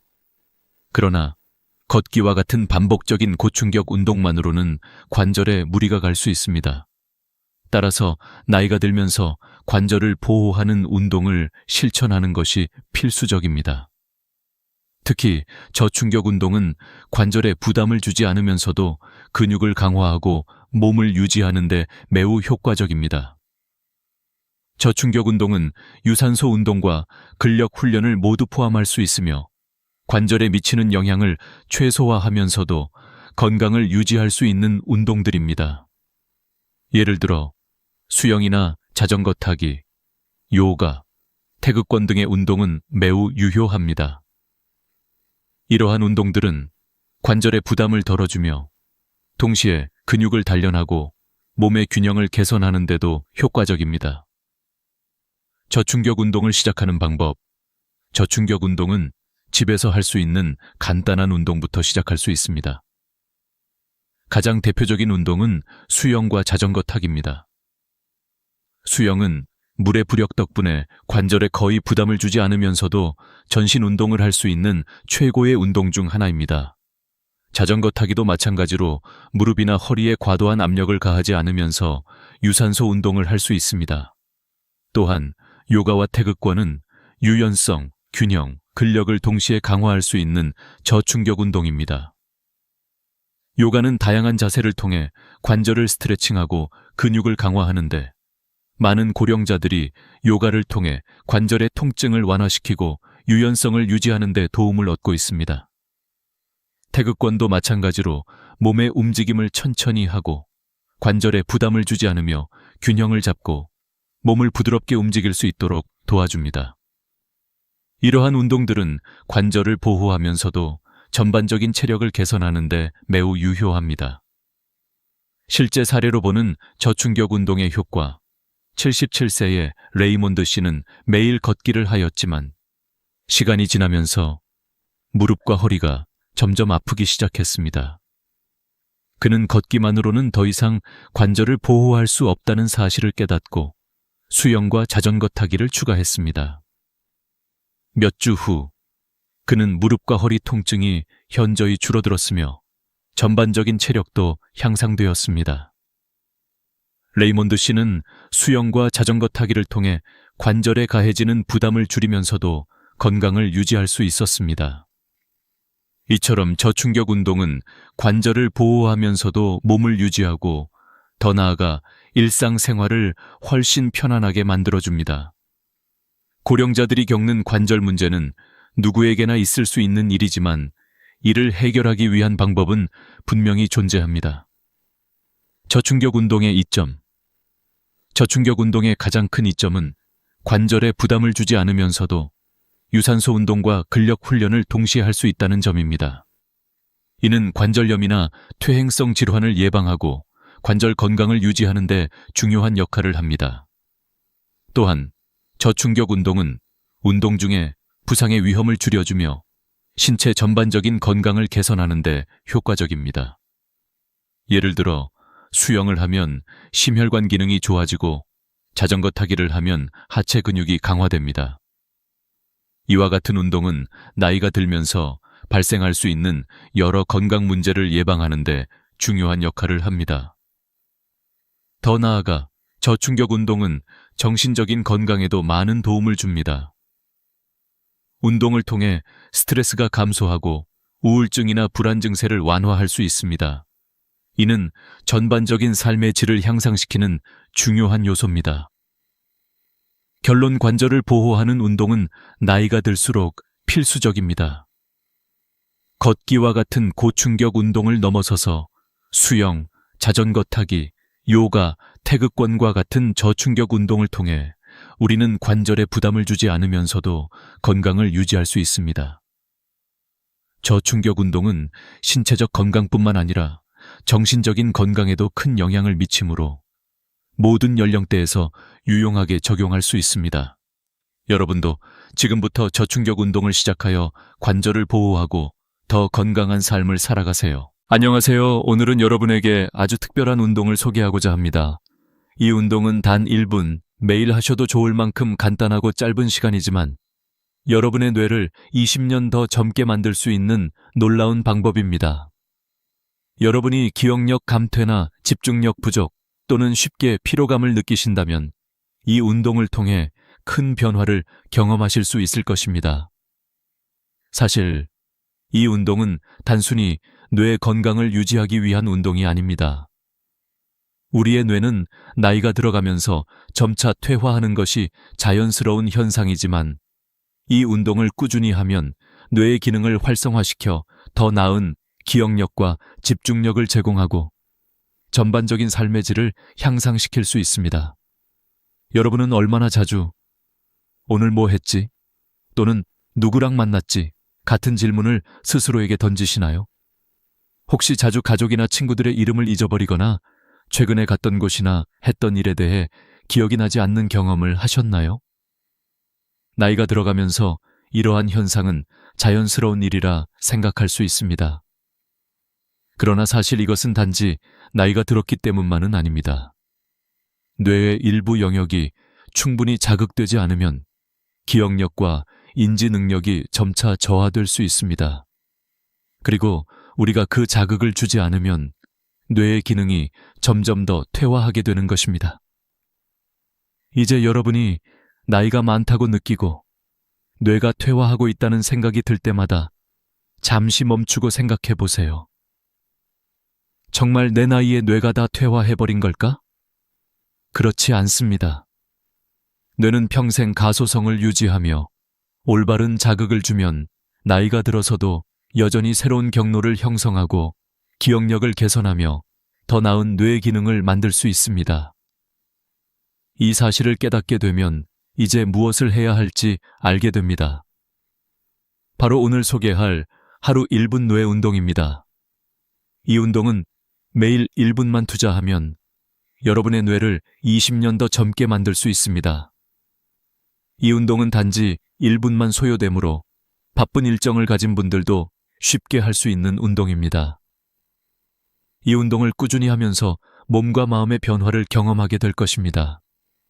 사실 이 운동은 단순히 운동을 하는 것이 아닙니다. 여러분의 뇌를 깨우는 것입니다. 우리의 뇌는 매우 복잡한 기관으로 다양한 부위가 서로 연관되어 작동합니다. 이러한 뇌의 부위들이 제대로 자극을 받지 않으면 뇌의 기능이 저하될 수 있습니다. 따라서 이 운동은 뇌를 자극하고 뇌의 각 부위들이 활성화되도록 돕는 것입니다. 이 운동을 통해 우리는 뇌의 신경 회로를 자극하고 뇌세포들이 서로 더 잘 소통하도록 만들 수 있습니다. 그러면 자연스럽게 기억력이 향상되고 집중력도 좋아지며 피로감도 덜 느끼게 될 것입니다. 뿐만 아니라 이 운동을 하면서 몸과 뇌의 상호작용이 원활해지면 일상생활에서 더욱 활력 있게 움직일 수 있게 됩니다. 이제 여러분은 이 운동이 실제로 어떤 방식으로 뇌를 자극하고 어떻게 뇌의 기능을 개선할 수 있는지 궁금해지셨을 것입니다. 그렇다면 이 운동의 효과를 과학적으로 이해하는 것이 중요합니다. 뇌의 기능은 단지 나이가 들면서 저하되는 것이 아니라 우리가 얼마나 자주 뇌를 자극하고 활용하는지에 따라 달라집니다. 그래서 이 운동은 나이와 상관없이 누구나 시작할 수 있는 운동이며 특히 50대 이상의 중년 이상 분들에게 매우 유익합니다. 우리는 보통 나이가 들수록 기억력과 집중력에 대한 걱정이 많아집니다. 특히 60대 이후에는 더 이상 예전처럼 기억력이 뛰어나지 않다는 생각에 자주 걱정이 되기도 합니다. 하지만 이 운동은 그 걱정을 덜어줄 수 있는 방법입니다. 매일 1분씩 이 운동을 실천하는 것만으로도 여러분의 뇌는 점차 더 나아질 것입니다. 더 나아가 이 운동을 통해 여러분은 더 나은 인지 능력, 더 뛰어난 기억력, 그리고 피로 없는 삶을 즐길 수 있게 될 것입니다. 이 운동이 어떤 운동인지, 그리고 어떻게 진행되는지에 대해서는 이제 차근차근 설명드리겠습니다. 그 전에 한 가지 더 말씀드리고 싶은 점은 이 운동이 실제로 매우 간단하다는 점입니다. 복잡한 동작이나 특별한 기구가 필요 없으며 언제 어디서든 쉽게 할 수 있는 운동입니다. 여러분이 집에서 편안하게 앉아 있을 때도 혹은 사무실에서 잠시 쉬는 시간에라도 쉽게 실천할 수 있습니다. 이 운동을 통해 여러분은 매일 뇌를 자극하고 그 자극이 쌓여 점차 뇌의 기능이 회복되고 강화되는 과정을 경험하게 될 것입니다. 이제 이 운동이 실제로 어떻게 이루어지는지, 그리고 왜 이렇게 간단한 운동이 뇌에 큰 변화를 가져올 수 있는지 설명해 드리겠습니다. 계속해서 따라와 주세요. 이제 우리가 소개할 운동은 간단하지만 그 효과는 매우 큽니다. 뇌의 활성화를 돕기 위해 우리는 특정 신체 부위를 자극하는 운동을 수행할 것입니다. 그 첫 번째 동작은 바로 발가락 움직이기 운동입니다. 이 운동은 매우 간단하지만 발가락을 움직이는 것만으로도 뇌에 큰 자극을 줄 수 있다는 사실을 알고 계셨나요? 발가락과 뇌는 놀랍도록 긴밀한 관계를 맺고 있으며 발을 움직이는 것만으로도 뇌의 중요한 부분이 활성화됩니다.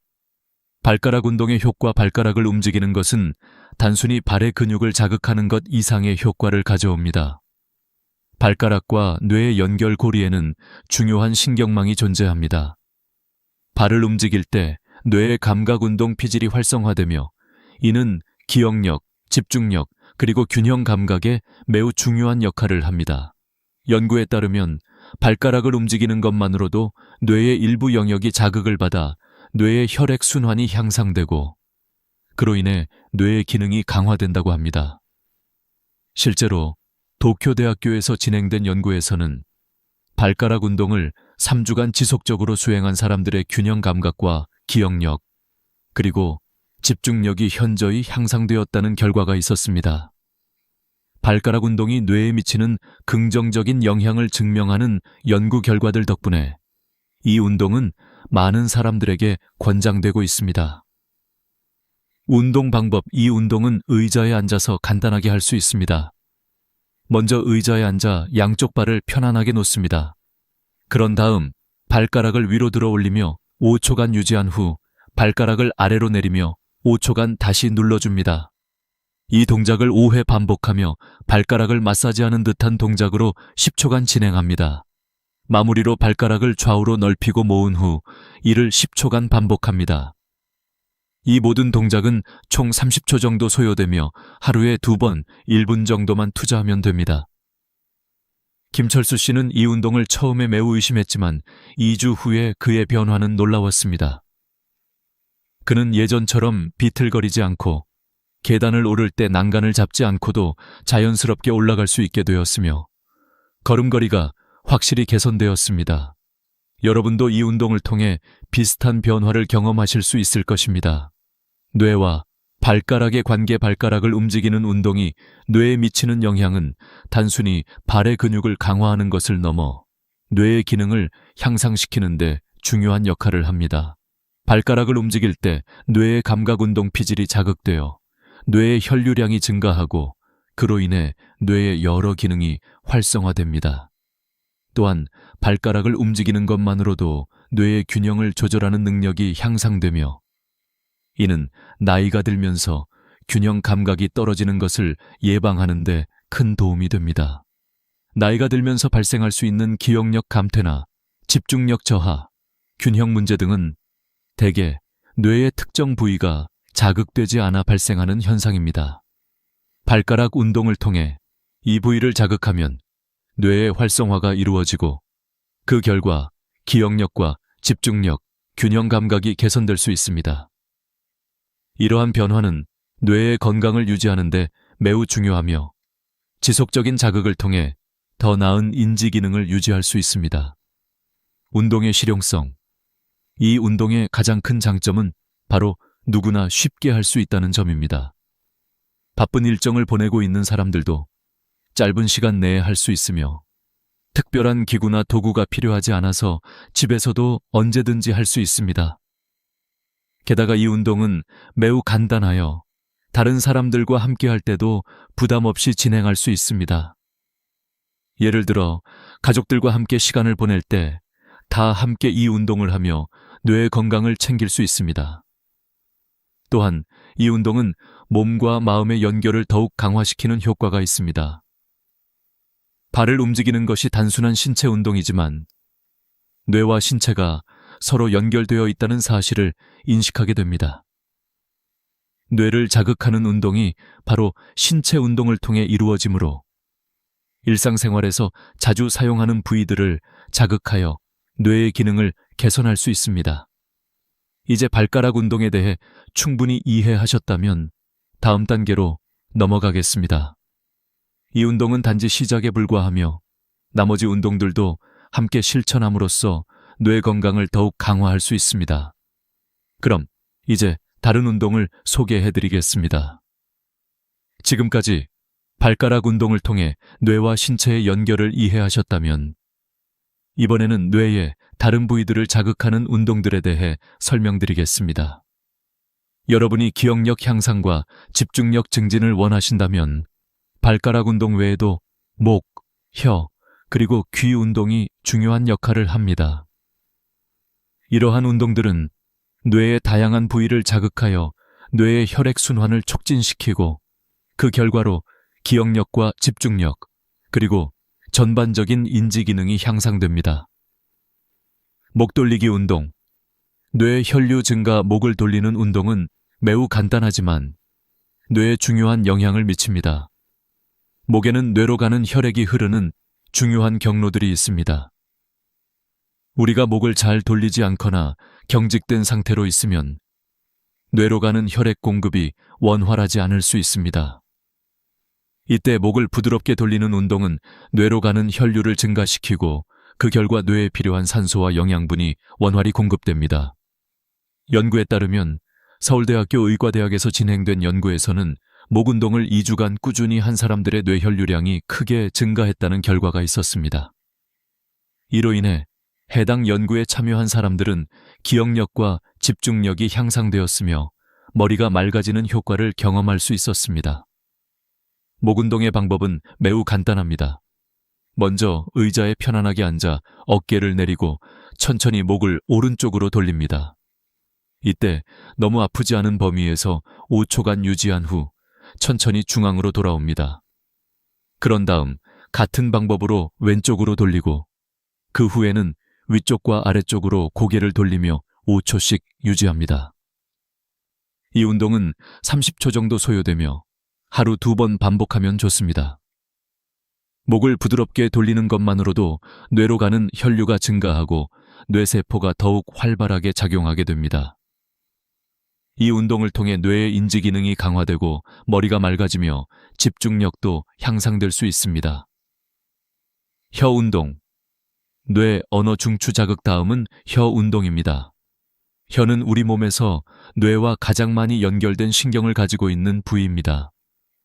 혀를 움직이는 것만으로도 뇌의 언어 중추가 자극되어 말하기, 기억하기, 사고하는 능력이 향상됩니다. 특히 나이가 들면서 말이 잘 나오지 않거나 단어를 기억하지 못하는 경우가 많습니다. 이런 문제를 해결하는 데 도움이 되는 것이 바로 혀 운동입니다. 혀 운동은 매우 간단하지만 그 효과는 상당히 큽니다. 먼저 의자에 편안하게 앉아 입을 살짝 벌리고 혀를 밖으로 내밀어 5초간 유지합니다. 그런 다음 혀를 왼쪽과 오른쪽으로 내밀며 각각 5초간 유지한 후 혀를 입천장에 힘껏 누릅니다. 마지막으로 혀로 원을 그리듯이 돌려주며 시계 방향과 반시계 방향으로 각각 5번씩 돌립니다. 이러한 혀 운동을 통해 언어 중추를 자극하면 말하기 능력과 함께 기억력과 사고 능력도 개선됩니다. 이영호 씨의 경우 혀 운동을 2주간 꾸준히 하면서 말이 술술 나오는 경험을 했습니다. 예전에는 단어를 기억하는 데 어려움을 겪었지만 이제는 손자와 30분 동안 대화할 수 있을 정도로 말하기 능력이 향상되었습니다. 혀 운동을 통해 뇌와 신경을 자극하면 이러한 긍정적인 변화를 경험할 수 있습니다. 귀 마사지를 통한 균형 감각 향상, 마지막으로 소개할 운동은 귀 마사지입니다. 귀에는 전정기관이라는 중요한 부분이 있습니다. 전정기관은 우리 몸의 균형을 담당하는 중요한 역할을 합니다. 귀를 자극하는 것만으로도 뇌의 뇌관이 활성화되어 균형 감각, 집중력, 기억력 등이 향상됩니다. 귀 마사지는 매우 간단하며 의자에 앉은 상태에서 양손으로 귀를 부드럽게 잡고 귀를 위, 옆, 아래로 천천히 당겨줍니다. 각 동작을 5초간 유지한 후 귀를 부드럽게 원을 그리며 마사지하는 방법으로 진행합니다. 이 운동은 총 30초 정도 소요되며 하루 2번 실천하면 좋습니다. 이 운동을 통해 균형 감각이 향상되고 어지러움이 줄어드는 효과를 경험할 수 있습니다. 박상철 씨는 귀 마사지를 통해 균형 감각이 개선되어 이제는 계단을 오를 때도 혼자서 편안하게 올라갈 수 있게 되었습니다. 그의 어지러움이 거의 사라졌으며 이제는 머리가 맑아지고 뉴스 내용을 더 잘 들을 수 있게 되었습니다. 결론. 다양한 운동의 결합 이와 같이 발가락, 목, 혀, 귀, 운동은 각각 뇌의 다른 부위를 자극하여 기억력과 집중력, 균형 감각을 향상시키는 데 도움을 줍니다. 이 운동들을 꾸준히 실천하면 뇌가 더욱 활발하게 기능을 하게 되고 결과적으로 일상생활에서 더 나은 성과를 얻을 수 있게 됩니다. 이러한 운동들이 바로 나이가 들어서도 뇌를 젊고 활력 있게 유지하는 비결입니다. 이제까지 소개한 운동들이 왜 이렇게 중요한지, 그리고 이들이 뇌와 신체에 미치는 긍정적인 영향을 충분히 이해하셨을 것입니다. 그럼 이 운동들이 실제로 사람들의 삶에 어떤 변화를 가져왔는지에 대해 이야기해 보겠습니다. 많은 고령자들이 뇌의 건강에 대한 걱정을 가지고 있으며 특히 기억력 감퇴나 집중력 부족으로 인해 일상생활에서 불편함을 겪고 있습니다. 하지만 이 운동들은 실제로 많은 사람들의 삶을 변화시켰습니다. 박영희 씨의 사례, 기억력 회복. 박영희 씨는 72세로 기억력 저하로 인한 문제를 겪고 있었습니다. 어느 날 마트에서 며느리를 만났지만 그녀의 이름을 기억할 수 없었습니다. 20년 넘게 함께 지내온 며느리의 이름을 잊어버린 것에 대해 매우 당황한 박영희 씨는 제 진료실을 찾아왔습니다. 그때 저는 그녀에게 하루 1분씩 간단한 운동을 하라고 권유했습니다. 3주 뒤 박영희 씨는 놀라운 변화를 경험했습니다. 그녀는 이제 며느리의 이름뿐만 아니라 손주들의 친구들의 이름까지 정확히 기억할 수 있게 되었습니다. 박영희 씨는 그 운동이 자신의 기억력을 되살리는 데 큰 도움이 되었다고 말했습니다. 박영희 씨처럼 기억력 저하나 집중력 부족에 대한 걱정을 갖고 있는 분들에게 이 운동은 매우 유효한 해결책이 될 수 있습니다. 이 운동들이 뇌의 기능을 자극하고 뇌의 혈류를 증가시켜 뇌 세포들이 활발하게 움직이게 만들기 때문에 기억력 회복은 물론 일상생활에서의 효율성도 높아질 수 있습니다. 김철수 씨의 변화, 균형 감각 향상 다음으로 김철수 씨의 이야기를 소개하겠습니다. 김철수 씨는 73세로 걷는데 어려움을 겪고 있었습니다. 계단을 오르내릴 때마다 난간을 잡고 걷고 걸음걸이가 불안정했으며 균형을 잡는데 힘들어했습니다. 그는 이 운동이 실제로 효과가 있을지 의심스러워했지만 매일 1분씩 꾸준히 발가락 운동을 실천했습니다.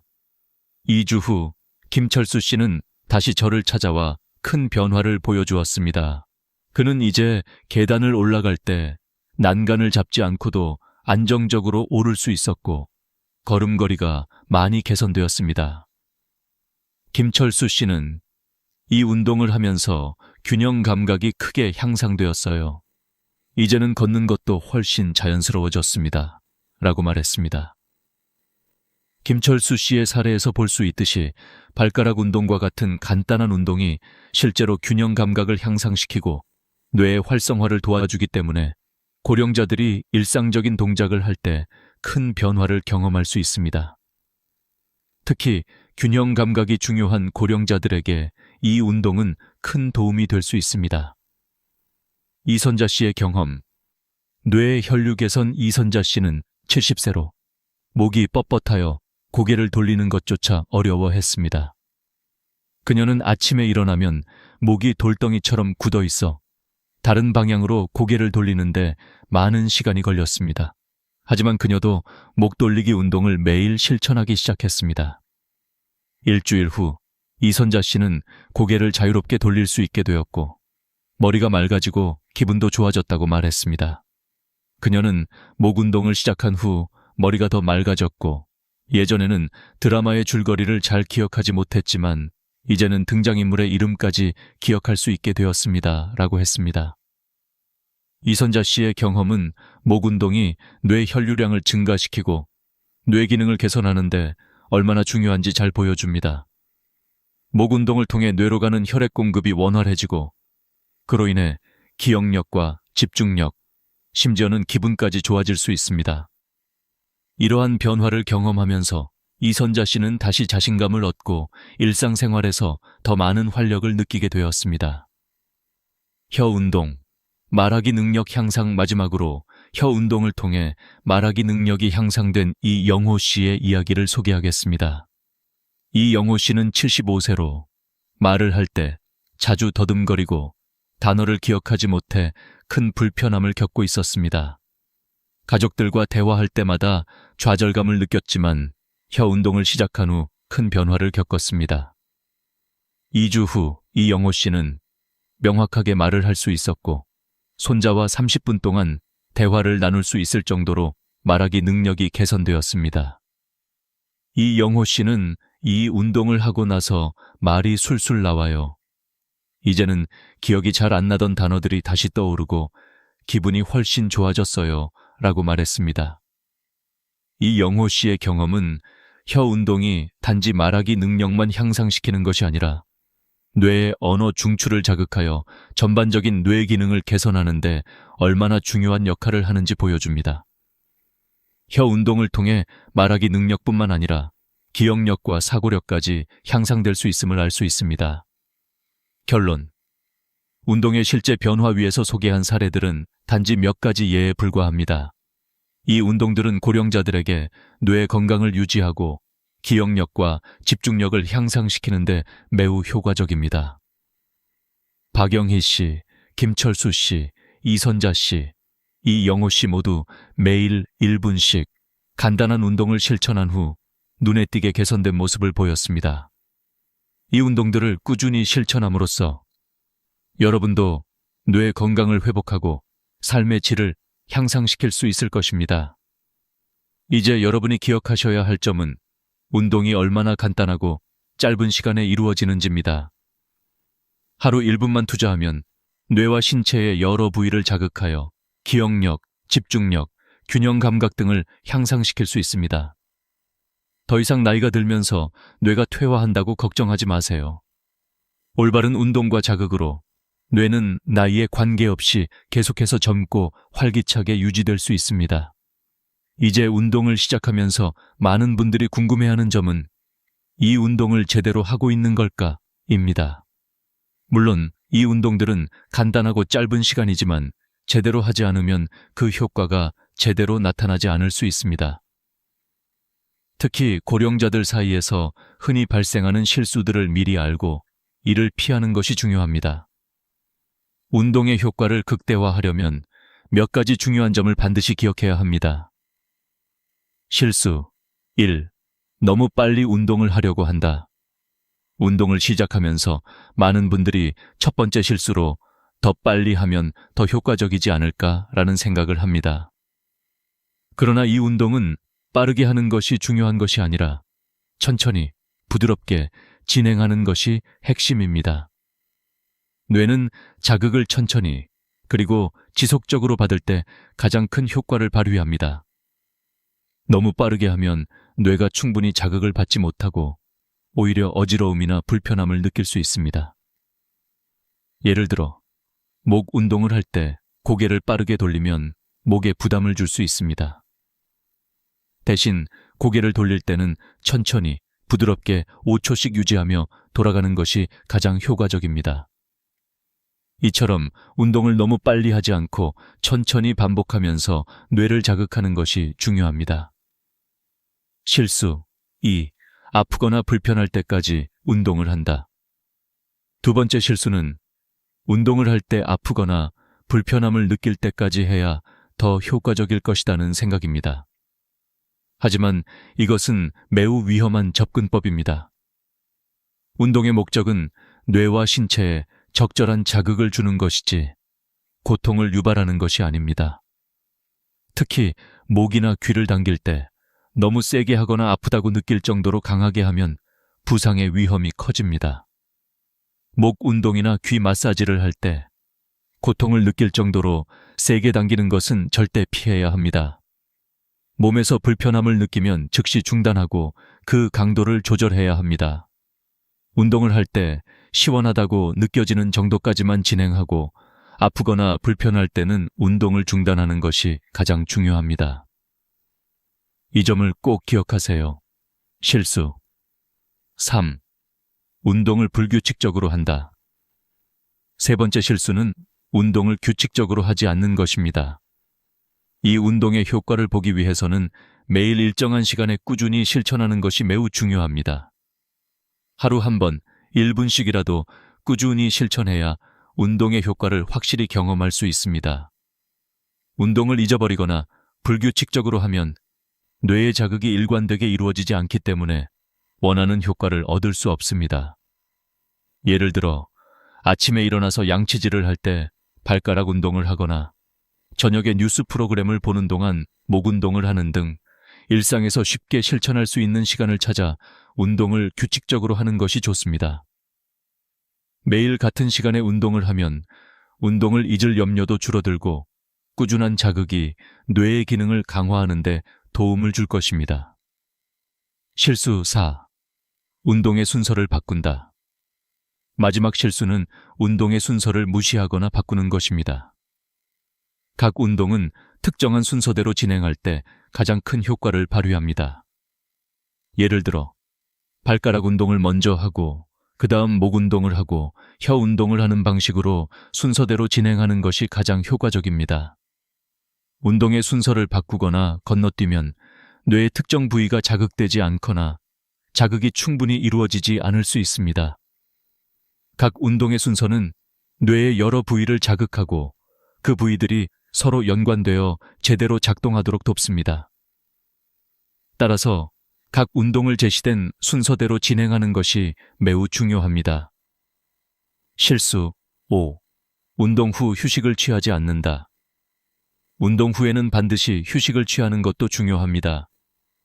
운동을 하면서 뇌가 자극을 받고 활성화되지만 그 후에는 잠시 쉬면서 뇌가 그 자극을 처리하고 흡수할 시간을 주어야 합니다. 너무 바로 활동을 시작하거나 지나치게 움직이면 뇌가 과도하게 자극을 받게 되어 효과가 반감될 수 있습니다. 운동 후에는 잠깐의 휴식 시간을 가지며 뇌가 충분히 회복할 수 있도록 돕는 것이 좋습니다. 실수를 피하고 운동 효과 극대화하기, 이 모든 실수를 피하면서 운동을 꾸준히 실천하면 그 효과는 매우 강력하고 빠르게 나타날 것입니다. 발가락, 목, 혀, 귀 운동을 각 부위에 맞게 정확하게 실행하고 적절한 속도로 천천히 자극을 주며 꾸준히 실천하는 것이 가장 중요합니다. 이를 통해 뇌의 혈류를 증가시키고 뇌의 각 부위가 활성화되어 기억력, 집중력, 균형 감각이 향상됩니다. 또한 이 운동을 통해 얻을 수 있는 가장 큰 장점은 단기적인 효과뿐만 아니라 장기적인 효과입니다. 매일 1분씩 운동을 실천하는 것만으로도 여러분은 3주 후에 놀라운 변화를 경험할 수 있습니다. 그리고 그 변화를 유지하기 위해서는 꾸준히 그리고 정확하게 운동을 진행하는 것이 중요합니다. 결론 여러분, 지금까지 설명드린 대로 이 운동은 매우 간단하면서도 효과적인 방법입니다. 운동을 할 때 실수하지 않도록 주의하고 매일 꾸준히 실천해보세요. 처음에는 조금 어려울 수 있지만 꾸준히 하면 쉽게 습관이 될 수 있습니다. 뇌의 건강을 위해 그리고 기억력과 집중력을 향상시키기 위해 하루 1분만 투자해보세요. 이 작은 변화가 여러분의 삶에 큰 영향을 미칠 것입니다. 이제 마지막으로 중요한 점을 말씀드리겠습니다. 이 운동들을 시작하고 나면 꾸준히 실천하는 것이 가장 중요한 부분입니다. 하루 1분 운동이지만 이를 매일 실천하는 것이 뇌 건강을 유지하고 향상시키는데 큰 영향을 미칩니다. 여러분이 처음에는 이 운동이 간단하고 짧다고 생각할 수 있지만 꾸준히 실천하면 그 효과가 얼마나 크고 긍정적인지 깨닫게 될 것입니다. 그렇다면 왜 꾸준한 실천이 그렇게 중요한지, 그리고 이를 통해 얻을 수 있는 장기적인 이점에 대해 살펴보겠습니다. 꾸준함이 중요한 이유, 이 운동들은 단기적인 결과를 기대할 수 있지만 꾸준히 실천해야 그 효과가 지속적이고 강력하게 나타납니다. 뇌는 자극을 받을 때마다 그 자극에 반응하여 변화하고 새로운 신경 경로를 형성합니다. 하지만 그 자극이 일회성으로 끝나면 뇌의 변화는 일시적인 것이 될 수 있습니다. 지속적으로 뇌를 자극하여 뇌의 각 부위들이 활성화될 때 비로소 기억력, 집중력, 그리고 균형 감각이 지속적으로 향상됩니다. 예를 들어 처음 운동을 시작했을 때는 바로 눈에 띄는 효과가 있을 수 있습니다. 하지만 그것이 일시적인 변화가 아니라 오랜 시간 동안 계속해서 변화를 일으키기 위해서는 꾸준히 자극을 주어야 합니다. 따라서 매일 같은 시간에 운동을 실천하고 운동을 생활의 일부분으로 만드는 것이 중요합니다. 매일 1분이라도 꾸준히 하면 시간이 지날수록 그 효과는 더욱 강화됩니다. 장기적인 이점, 꾸준히 이 운동을 실천하면 그 효과는 단기적인 변화에 그치지 않고 장기적으로 뇌의 건강을 유지하는 데 큰 도움이 됩니다. 예를 들어 기억력 향상과 집중력 강화 외에도 일상생활에서의 정신적 활력도 증대됩니다. 운동을 통해 뇌가 활성화되면 단순히 기억력뿐만 아니라 문제 해결 능력이나 창의성까지 향상될 수 있습니다. 여러분이 예전에 쉽게 잊어버렸던 정보나 일상적인 작업도 이제는 더 빠르고 정확하게 처리할 수 있게 될 것입니다. 또한 이 운동들은 뇌 기능을 강화하는 데만 도움이 되는 것이 아니라 전반적인 웰빙에도 긍정적인 영향을 미칩니다. 뇌가 활성화되면 스트레스가 줄어들고 기분이 개선됩니다. 여러분은 일상적인 스트레스나 피로를 더 잘 관리할 수 있게 되며 더 긍정적이고 활력 있는 삶을 살게 됩니다. 이러한 긍정적인 변화는 나이가 들어갈수록 더욱 중요합니다. 뇌의 건강을 유지하는 것만큼 중요한 것은 없습니다. 뇌는 우리의 모든 생각과 행동을 지배하기 때문에 이를 건강하게 유지하는 것이 곧 건강한 삶을 유지하는 길입니다. 운동을 통해 얻을 수 있는 심리적 변화, 뇌 건강이 향상되면 여러분의 심리적 안정감도 증가하게 됩니다.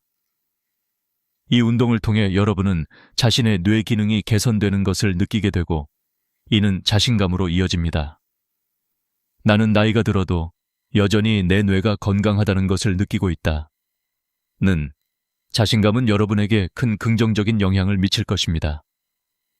이러한 자신감은 다른 사람들과의 대화에서도 느껴질 것이고 자신이 세상에 여전히 중요한 존재라는 느낌을 받게 됩니다. 또한 이 운동들을 통해 뇌의 혈류가 증가하고 뇌의 각 부위들이 활발하게 작용함으로써 스트레스 관리나 감정 조절 능력도 향상됩니다. 많은 사람들이 나이가 들면서 감정의 기복이 심해지고 스트레스를 잘 관리하지 못한다고 생각합니다. 그러나 뇌가 활성화되면 여러분은 감정적으로도 더 안정될 수 있습니다. 이 운동들은 단지 신체적인 효과뿐만 아니라 정신적으로도 큰 이점을 제공합니다. 운동을 꾸준히 실천하는 방법, 이 운동들을 꾸준히 실천하는 것은 생각보다 간단합니다. 중요한 점은 매일 일정한 시간에 운동을 하는 것입니다. 아침에 일어나서 양치질을 할 때 발가락 운동을 하거나 저녁에 뉴스 프로그램을 보면서 목 운동을 하는 식으로 일상에서 쉽게 할 수 있습니다. 또한 운동이 끝난 후에는 잠시 휴식을 취하면서 뇌가 자극을 충분히 처리할 수 있도록 시간을 주세요. 이 운동을 시작할 때는 처음에는 조금 귀찮을 수 있습니다. 그러나 한 달, 두 달이 지나면 몸에 익숙해지고 운동을 하지 않으면 불편할 정도로 자연스러운 일상이 될 것입니다. 이 운동들을 꾸준히 실천하면 여러분은 그 효과를 점차 느끼게 될 것이며 뇌 건강뿐만 아니라 전반적인 삶의 질도 향상될 것입니다. 결론. 뇌를 젊게 유지하기 위한 노력. 여러분, 이제 이 운동을 실천하는 것만으로도 뇌를 20년 더 젊게 만들 수 있다는 사실을 깨달으셨을 것입니다. 기억력, 집중력, 그리고 균형 감각이 향상되는 것뿐만 아니라 뇌 건강을 유지하는 것은 여러분의 삶의 질을 높이고 더 건강하고 활기찬 노년을 보낼 수 있게 만듭니다. 매일 1분만 투자해보세요. 이 간단한 운동이 여러분의 뇌를 더 젊고 건강하게 만들어줄 것입니다. 이제 여러분은 이 운동을 꾸준히 실천할 준비가 되셨나요? 뇌 건강을 유지하는 것만큼 중요한 것은 없습니다. 여러분의 삶이 변화하는 과정을 지켜보세요. 하루 1분이 여러분의 뇌를 젊고 건강하게 만들어줄 것입니다.